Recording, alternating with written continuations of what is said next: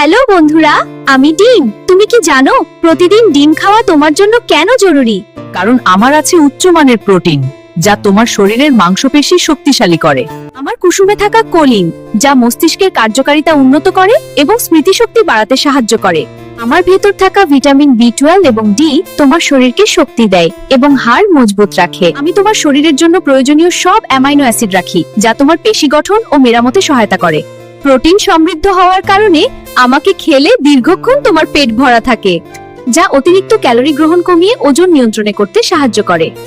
তাই প্রতিদিন অন্তত একটি হলেও ডিম খাও আর একটু বাড়তি সুস্থ থাকো। সবচেয়ে বেশি উপকার পেতে আমাকে সেদ্ধ খাওয়া ভালো। অতিরিক্ত তেল বা চর্বিতে ভাজলে আমার পুষ্টিগুণ কমে যেতে পারে এবং ক্যালোরি বেড়ে যেতে পারে। আমাকে তোমাদের কেমন লাগে বন্ধুরা?